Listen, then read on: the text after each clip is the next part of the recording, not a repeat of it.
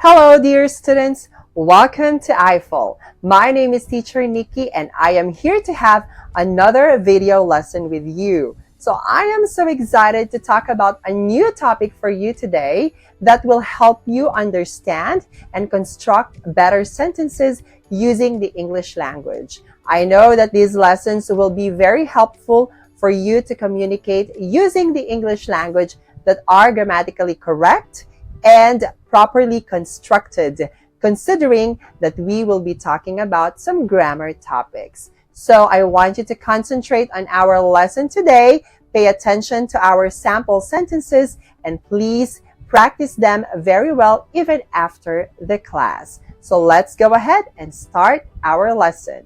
Let's go.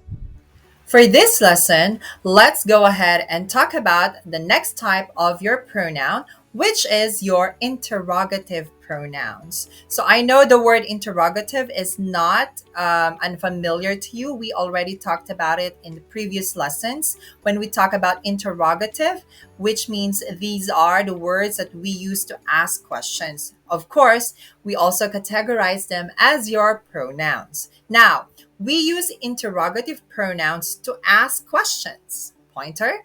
The interrogative pronoun represents the thing that we don't know. So, what we are asking the question about. Okay. So, remember when we are asking questions, we use your interrogative pronouns. Now, there are four main interrogative pronouns that we know. So, we have who, whom, what, and which. So notice that the possessive pronoun whose can also be an interrogative pronoun when you are asking about possession or ownership.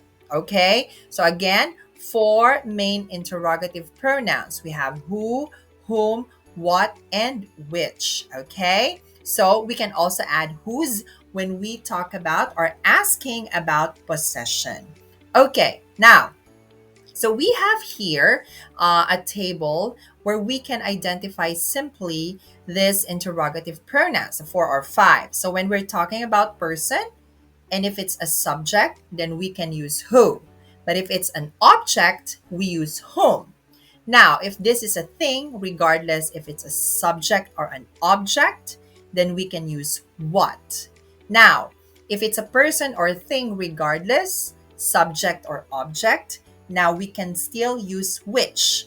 And the last one, whose, is only used for people when we are asking about possession or ownership or even relationship. Okay? So please take a look at this table here and understand the concept of your interrogative pronouns.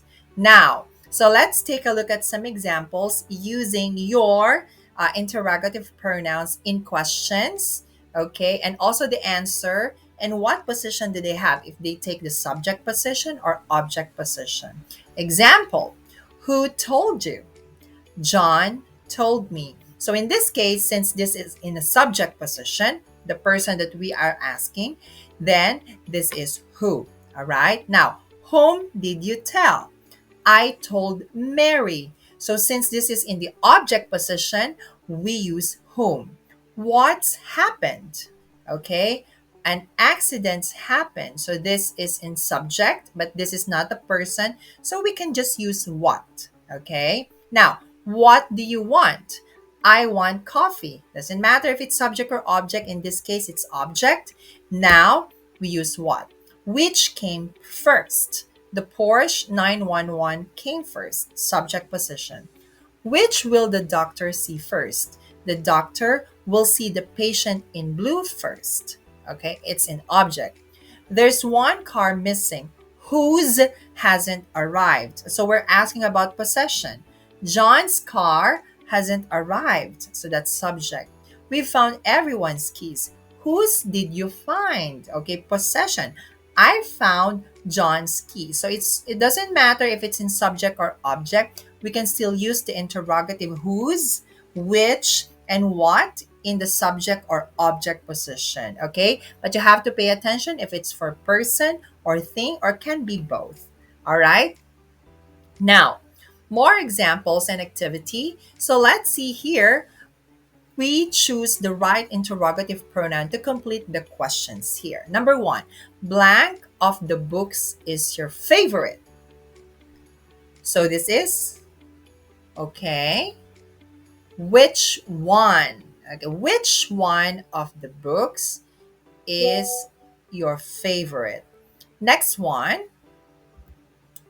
to blank should I address the letter? It's to whom. Okay, so since this is in object, I should address the letter to, okay, it's object position. To whom should I address the letter? Next one, blank shoes are sitting outside the front door. Ownership, whose? Whose shoes? Okay, next one, blank would you like to do tomorrow? What would you like to do tomorrow? And lastly, blank house should we go to on Saturday to watch the game? Possession, whose house? Okay, so those are just examples of your questions or sentences using your interrogative pronouns.